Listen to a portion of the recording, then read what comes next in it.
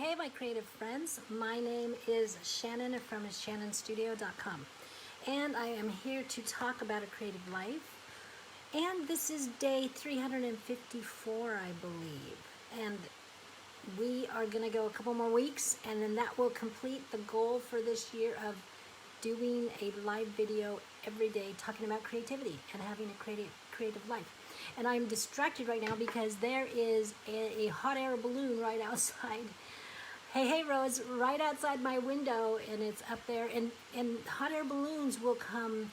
This one's not as close, but last summer hot air balloons would go right over our house, and there's a lake or something that they just seem to land over there, but it's really cool. And I heard it one the other day, I think it was yesterday, but I couldn't see it because it was a little further off. But so yeah, I'm a little distracted by the hot air balloon out there. So, and I also talk about Sweden a little bit because we are in Sweden. We've been here a year. We have about another year left. And so it's I just think it's a great experience and opportunity. So I try to talk about that as well. And if you would have told me a year ago, 10 years ago, whenever, at any point, told me that I would be riding to the store on a bike for my groceries, that we would be riding as a family. We went there this afternoon. Alan and Joseph and I, we went grocery shopping, and it's just this surreal thought that if anybody would have ever told me that, I would have just like laughed in their face. First, me on a bike, let alone then going for groceries, that this would be like a regular thing. So it's just, you just don't know how life is going to change. You don't know the experiences that can be yours, or that might show up from different things. And so that's going to kind of go a little bit with what we're going to talk about tonight. Now, I told you yesterday I was listening to Audible, a book on Audible, and it is Secrets of a Creativity Coach by Eric Maso. And I thought I was going to get something entirely different than what I'm getting out of this book. I am just listening to, I think there's about 23, 26 stories of individuals who want a more creative life.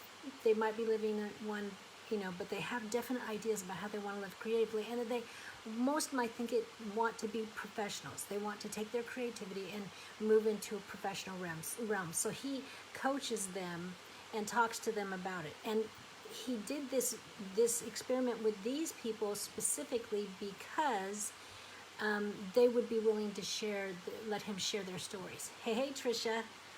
And so he's sharing verbatim the emails that they have been going back and forth with. And the interesting thing to me is I didn't realize how many people struggle with creativity. And these are people who want to be professionals and who have this drive of wanting to make a living from it. And it's just hard as I'm listening to all this, because they have we all have lives. They have regular lives, and they're trying to figure out how to make a creative professional life in the life they have and in the circumstances they have. And it was just hard, and I've heard all the excuses, and some of them I totally relate to. And I just thought about us as people, as Creative Heartbeats Club, as not looking for professional things. So how much harder is it when we don't have that kind of motivation out there? That is a needful motivation. And that's what I heard from a couple of the people in this book, women in this book, talking about how they felt that their creativity was kind of, I think the word was fluffy in one of them. It was just this thing, this non-essential. And one of the words was luxury. It was to be creative and take time creatively was a luxury. And all these different things that equated to not very important to do. And as they were going through with him, they were looking for permission that it was okay, that it was okay to do this. And then one of the women in particular was struggling so much because she had been a stay-at-home mom, and well, maybe not a stay-at-home mom, but she was a mom, and she was just struggling because her time was just always somebody else's time, somebody needing something. Somebody else's needs dictated her time. And her daughters were older now and kind of, still part of her life regularly, but not in the home. And so she was struggling with the idea of that she could do things that, because that she could say no to other things, that she could tailor. And yesterday we talked about inventing the life you want. She was having a hard time inventing the life she wanted. And she was so used to this pattern, which if you have anybody that you caregive to, you understand this, that when somebody else needs something, you've got to address that. If they want something, they're hungry, anything, you all of a sudden are the go-to person, and you have to change what you're doing in order to accommodate what they need. And that's whether it's driving, feeding, anything. And if you have years and years of that, it's hard to switch out of that gear and say, okay, I can do this, it matters, especially when you think it is a luxury. And so I think Creative Heartbeats, joining Creative Heartbeats will kind of give you that permission.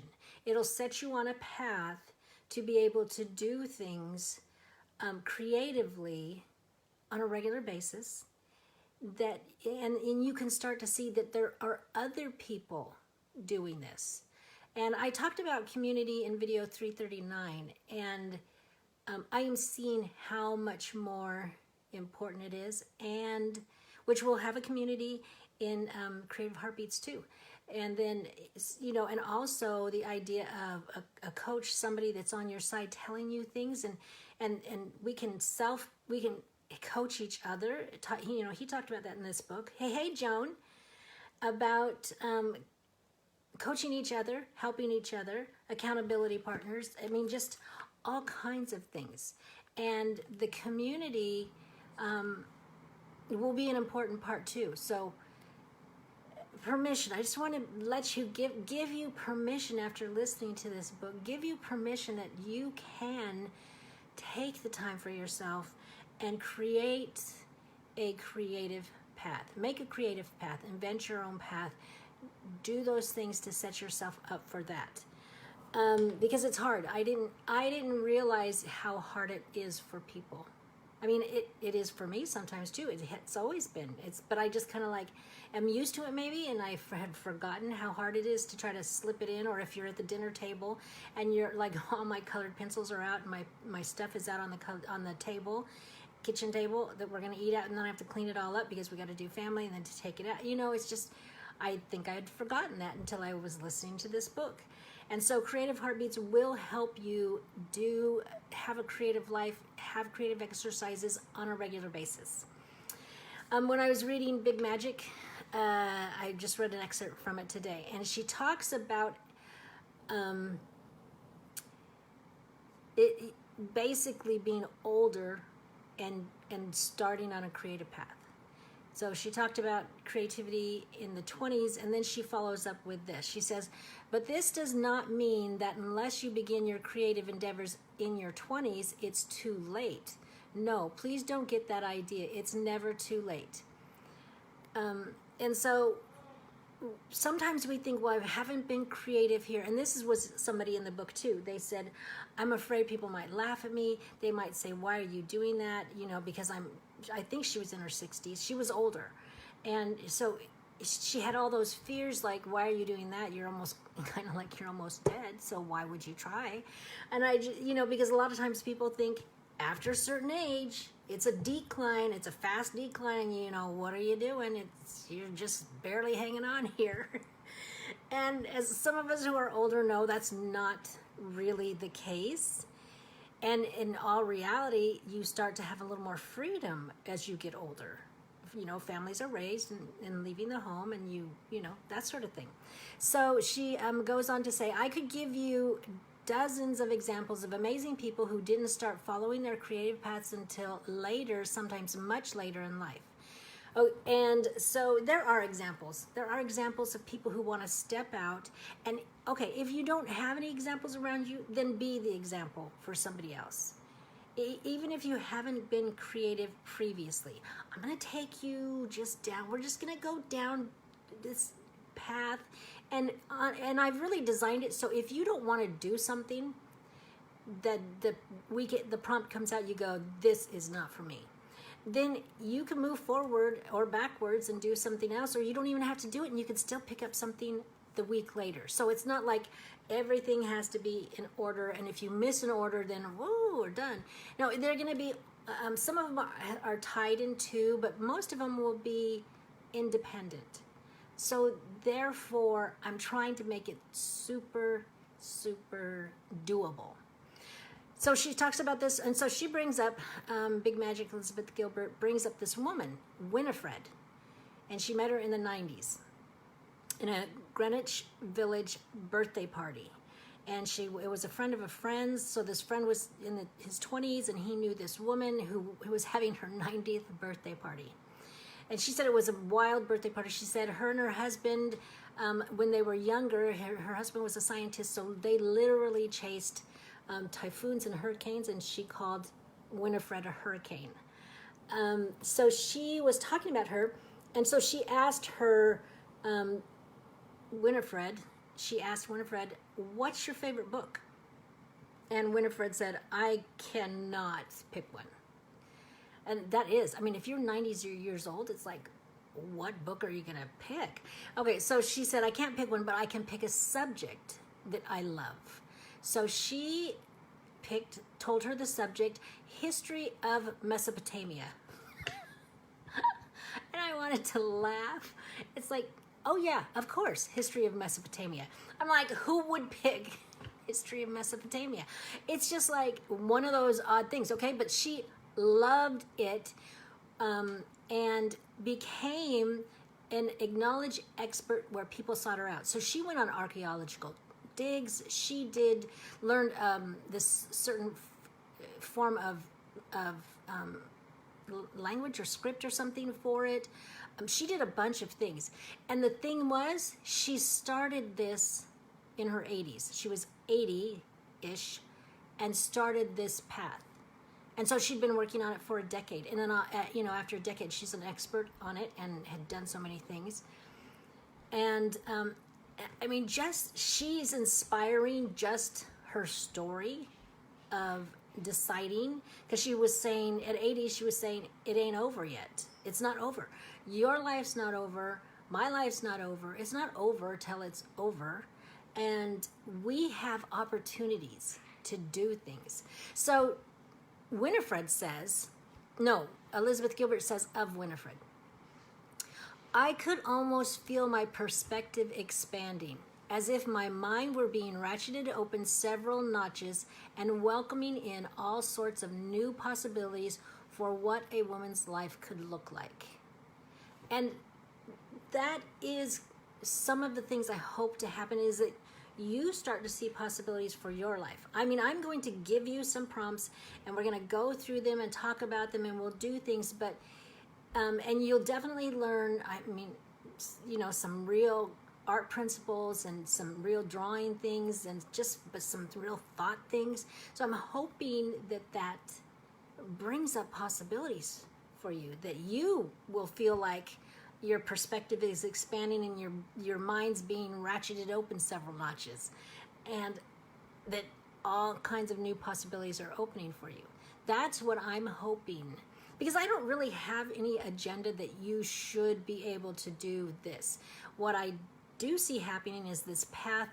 The path in Creative Heartbeats will be the first week, we're inspired by something. So inspiration.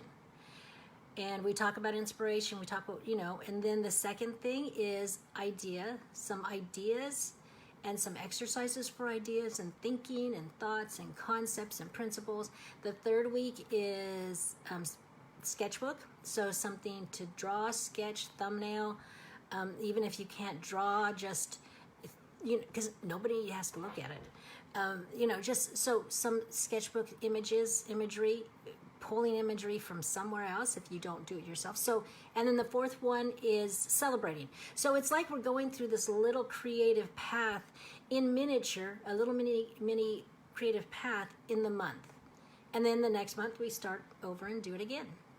And so I'm hoping that it's just small and concise, but it makes big dividends for you.